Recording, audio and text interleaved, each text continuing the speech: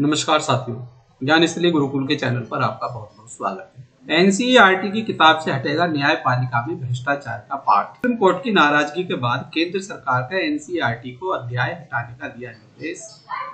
CJI justice Suryakant बोले, किसी को भी संस्था को बदनाम नहीं करने देंगे, बिक्री के लिए भेजी गई किताबें वापस मंगाई। जिम्मेदार लोगों पर होगी कार्रवाई, बच्चों के मन में न्यायपालिका की गलत छवि बनेगी।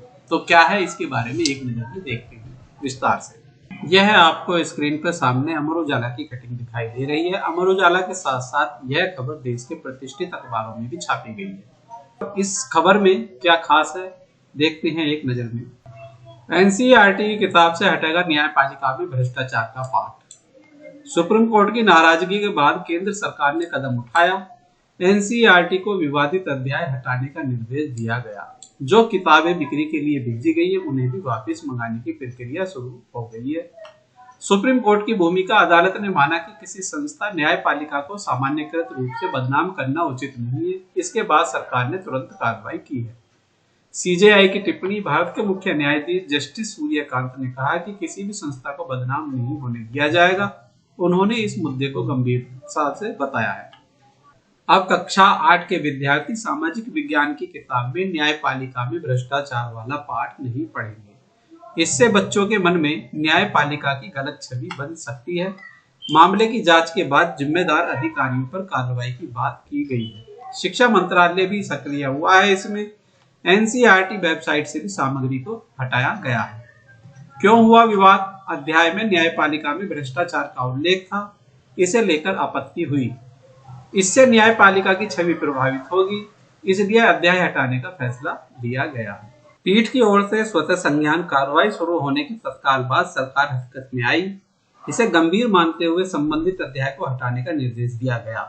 नई किताब में यह अध्याय नहीं होगा। अगले मामले की जांच के बाद जिम्मेदारियों के खिलाफ कार्रवाई की भी तैयारी की जा रही है। सूत्रों ने अध्याय में पूर्व मुख्य न्यायाधीश डीआर गवई का उद्धरण अस्वीकार्य बताया। जस्टिस गवई ने जुलाई 2025 में कहा था, न्यायपालिका में भ्रष्टाचार व कदाचार की घटनाओं का जन विश्वास पर नकारात्मक प्रभाव पड़ा है। सरकार से जुड़े सूत्रों ने कहा कि जिस तरह अध्याय में विषय को लिया गया है, उससे न्यायपालिका को लेकर बच्चों के मन में गलत छवि बनेगी। भ्रष्टाचार के संबंध में महज न्यायपालिका का चयन उचित नहीं है। न्यायपालिका के बारे में विद्यार्थियों को सकारात्मक बातें बताई जानी चाहिए।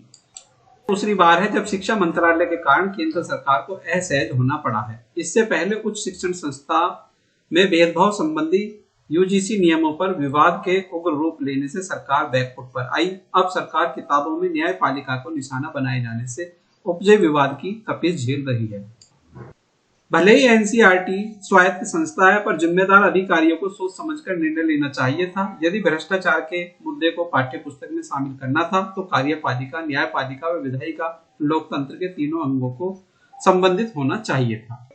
पीठ के अनुसार सुप्रीम कोर्ट में लंबित मामलों की अनुमानित संख्या 81,000 है। विभिन्न हाई कोर्ट में 62,40,000 है। जिला एवं संबंधित अदालतों में 4,70,00,000 मुकदमे लंबित।